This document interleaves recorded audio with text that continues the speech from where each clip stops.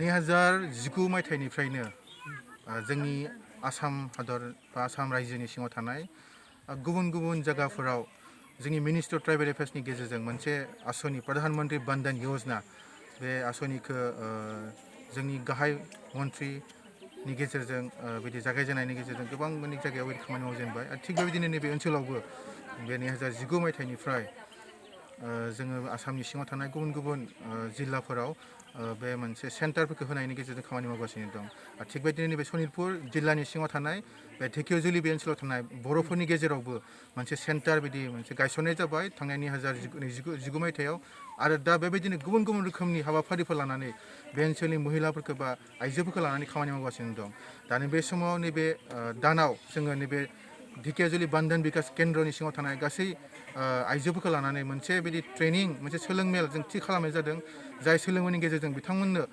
माबायदि जोंनि मोननो हानाय मुवा बेसादफोरखौ लानानै बुथुमनानै गुबुन गुबुन रोखोमनि मुवा बेसाद बानायनो हागोन आरो बे मुवा बेसादफोरखौ फाननानै बिथांमोना जाहाथे गोबां रोखोमनि रां बिदि आरजिनो हागोन आरो बिथांमोननि जिउ खुंनायाव जे सहाय खालामनो हायो बेखौ थि खालामनानै बिथांमोननि गेजेराव बे सोलोंमेलखौ थि खालामनाय जादों आरो बे सोलोंमेलाव बेहाय गुवाहाटीनिफ्राय सासे मोजां बिदि एक्सपिरियेन्स गोनां सासे फोरोंगिरि फैनानै बिथांमोननि गेजेराव फोरोंगोन ट्रेनिं होगोन गासै 22 दिन बिथांमोना बेयाव गोबां रोखोमनि बिदि सोलोंनो हागोन बेखौ जोङो आखा लाखिनाय थाबाय दासान्दि जोंनि धेकियाजुलि ओनसोलाव गासै सनितपुर डिस्ट्रिक्टआव जोंहा गासै मोननै बेबायदि केन्द्र दङ राङापारा बान्धन बिकास केन्द्र आरो लोगोसे धेकियाजुलि बान्धन बिकास केन्द्र आरो बेनि अनगायैबो जोङो बेयाव गोबां रोखोमनि बेबायदि जों मुवा बेसादफोरखौ नुनो मोन्दों मोननो हानायखौ आरो लोगोसे गोबां बिदि आइजोफोरा गोसो गुदुंखौ नुनो मोन्दों